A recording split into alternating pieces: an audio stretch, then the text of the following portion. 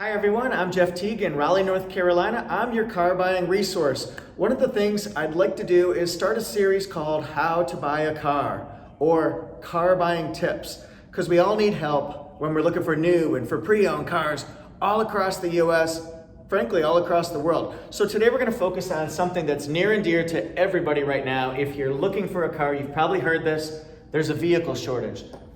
There's a chip shortage. I'm going to give you some practical tips that you can use while you're researching. The first thing I want to do is give you a baseline, a framework for why we're even talking about these chips. And what are chips? Well, chips, not potato chips, they're not poker chips, they're semiconductor computer chips, and they're used in vehicles, all different types of systems. You could see them in your braking systems, your steering systems, you could see them in your multimedia units. So in other words, they're essential parts that are needed in order to get vehicles to market, to dealerships all across the US. You know, it's part of the logistical supply line. If you don't have this part, you can't make the whole car because you need that part. Same thing with computer chips. And the problem is, this is kind of something that's been going on for a little while, especially during the pandemic. There was talk that there wasn't going to be as much of a need to put these chips, to divert these chips or keep them in the automotive industry because they figured that demand was going to be going down. I mean, who's going to buy a car in a pandemic, right? Well, turns out a lot of people, because the demand did go down initially for the first few months. It was horrible in the automotive industry. If you work in that industry, you'll know how much we were negatively impacted. It hurt a lot of people, a lot of good people who needed to work, to support their families. But then an amazing thing happened, and demand bounced back, and now it's skyrocketing through the roof. But where are those chips? Well, they were diverted to other industries because, well, who would need them in the automotive industry? Now the problem is we don't have enough chips to make these vehicles, and it doesn't impact just Toyota, it affects pretty much the whole automotive industry. It affects everybody, and they all need those chips. The government is working with the automotive industry and they're working with the chip industry because we want to make sure that people have enough vehicles to satisfy that growing, that frankly huge demand right now. So what's affected? If you walk out to a Toyota lot or a Chevy lot or a Nissan lot or a Honda lot, you're going to see such a low supply. It's crazy. Look out there and see how many empty spots, how dealerships have arranged their cars to not look so empty, to not look so bare. The cupboard's bare. All right? So you're not going to see, in Toyota industry, you're not going to see Tacomas very much. You're not going to see a lot of Tundras and 4Runners and RAV4s. You'll see some Camrys, but not nearly as many. As a matter of fact, I know a high volume dealership that I happen to be affiliated with normally has about 300 cars. We've got about 80 on the lot right now, maybe 90 on the lot right now. You'll see very high volume dealerships similar to the one I'm affiliated with. They don't have a lot of vehicles. They're just severely impacted by this. Yes, some are on the way. There is help, but it's still going to be kind of a long time frame to get that supply back up. So how are you impacted? Well, you're not going to see as many new cars that you're looking for. So that might impact your research and your ideal wish list for the cars that you want, right? Well, it's also going to impact used cars. You're not going to see as many used cars, and the prices of used cars are going to be going up as well. The benefit is if you're selling your used vehicle, you'll probably be incredibly impressed with the trade-in value or the sell value. So that might be something that you want to think about. Perhaps this can benefit you. Perhaps this is a great time to get rid of your vehicle and get something new. It could be time. I've listed off a few bullet points because I think this is also a good place to start as you're compiling what you're looking for in a vehicle, your car, your truck, or your SUV. Know exactly what you want. In other words, let's pick a RAV4. Let's say you want a RAV4 hybrid, you want an XLE premium, and you want a weather package. Or let's say you want a Honda Accord and you want this and this and this. Write those down, and that's going to help you prepare a specification sheet that you can present to a dealership. Okay, let's say you want a Toyota Tacoma. You want a TRD off-road, and you want this. You want the off-road premium package. You want this. know what you're looking for, but if you write it down, you're starting to build an image, a picture in your head of what you want, and that's going to be your first tool to use. The other thing is be flexible. In this time where there aren't a lot of vehicles, you're probably going to have to order a vehicle if you can't find it on the lot or anywhere within a reasonable geographic logistical perimeter, okay? So check dealerships around, see who has what. Do they have what you want? That's perfect. Maybe they have what you want coming in 2 weeks or 3 weeks already. That could help you too. And then be flexible. I'll show you what I mean. This is a specification sheet of a vehicle that's incoming. It's a Tacoma 4x4 TRD off-road. It's in silver sky metallic. Has black leather on it. It's an automatic.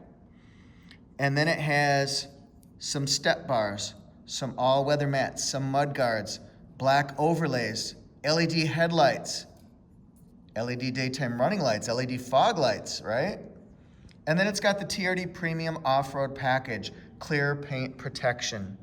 Now, what do I mean by be flexible? You're like, I'm spending a lot of money. I want what I want.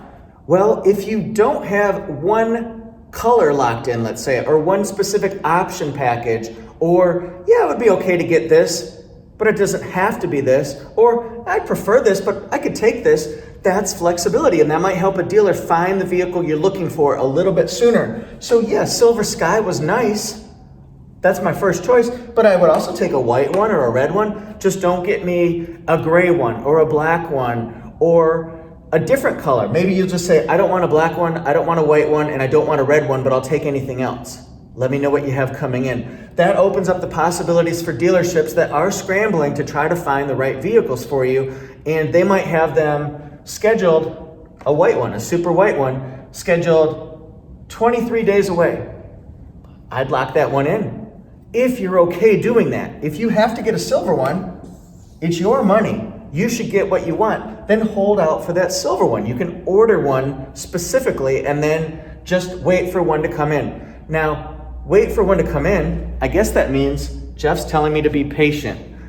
If the car's not on the lot, you're going to have to wait for an incoming one or an ordered one, more than likely. Dealers are going to be less willing to trade with other dealerships for their inventory and then trade back because there just aren't that many vehicles. So most dealers are doing a lot of pre-orders right now, and so you might have to be patient. You might have to wait a couple weeks. You might have to wait 7 days. You might have to wait 2 or 3 months if it's something more specific, like let's say a Tundra TRD Pro in Lunar Rock, or you want a Tacoma TRD Pro in magnetic gray metallic.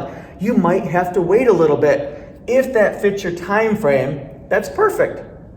Takes all the stress off. You just know it's coming in, right? And now you know exactly what kind of vehicle you want, right? You're ready to go and contact a dealer, whether it's through email or phone or in person, right? Trust.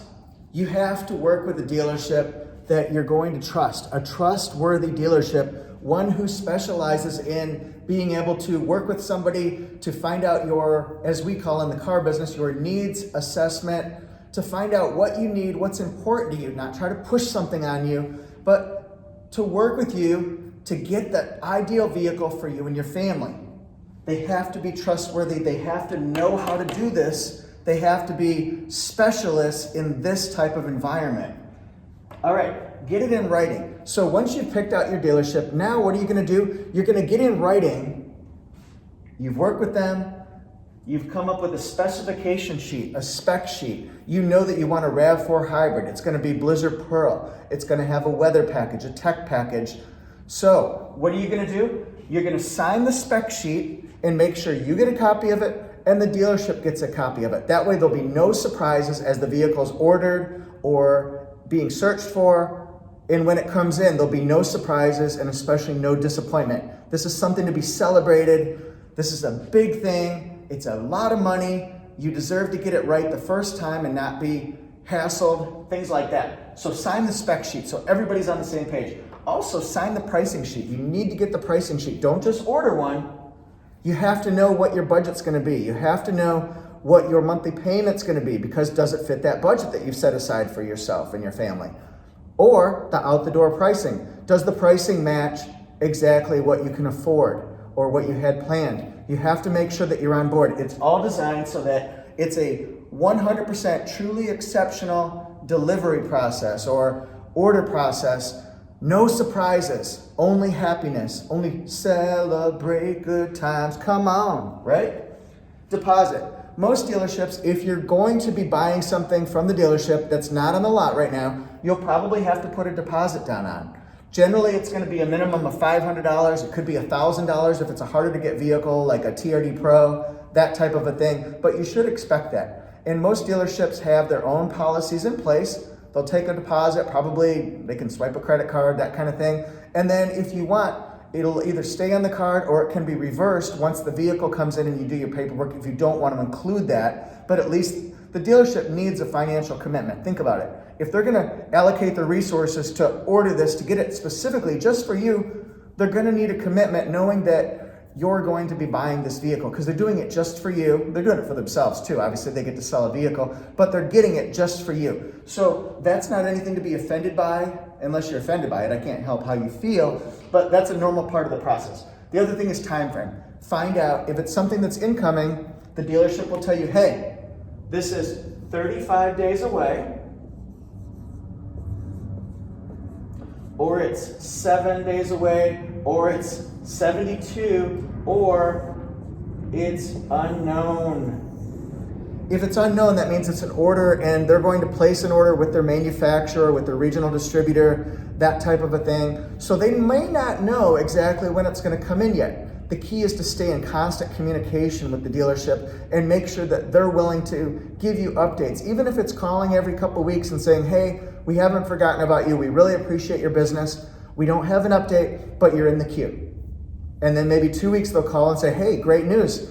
Our dealership just got news that the manufacturer has accepted your order and it's in the queue to be built, specifically just how you want it. But you need to get constant communication because nobody wants to lay out that type of commitment and just be ghosted, just be ignored. That's just not the right way to do business. So make sure you stay in contact with them about the time frame. Now this could change. I call it a roller coaster. We'll do this up here. It's like a roller coaster. We might get notices, hey, your car's 35 days away. And then it gets bumped up. It's like, oh, it's only 18 days away. Oh, wait a minute, now it's 22. Now it's 7. And as it gets closer, then it'll probably be more locked in. But it could change. It could be flexible. So expect maybe a week or two before, a week or two afterward. It's part of the process. Sometimes when a manufacturer accepts your order and it's scheduled to be built, they're like, oh, we've got somebody specifically in mind. Somebody's buying this car. We'll push it further on up the chain, up the manufacturing schedule, because we want to get that one out. It has a home already, right? So that could happen. Just be flexible, be patient, and be willing to follow the roller coaster just a little bit, but work with somebody who will communicate with you. Now, of course, all these tips and suggestions, they're with the mindset that you've already determined you're going to go ahead with a new vehicle and you need to get one right now. You want to get one right now. So, of course, you're ready to go. I'm ready to go with my tips for you. Now, you could also be patient because the chip shortage will eventually end. Dealers will fill back up their lots, things like that. So if you can be patient, that's fine too. You don't need to buy a car right now. But if you do need to buy one and you want to buy one, these tips will help you make the process smoother. Remember, it's enjoyable buying a car. It can be fun. The process can be enjoyed. It can be celebrated. You just have to know what you want. Tell the dealership what you expect and be patient and be flexible. Work with somebody that you can trust, a salesperson that you enjoy working with, that kind of stuff. If you need any more tips or advice or you have questions about car buying, maybe it's an idea for a future video. I'm going to do one a week. Write me at toyotajeff1@gmail.com. toyotajeff1@gmail.com. And we'll take those comments and questions and we'll formulate new videos, and that'll be next week's video. Thanks so much, everybody. I really appreciate it. Please hit like and subscribe and the notification bell for more car buying tips and car reviews and how-to videos. We'll see you next time.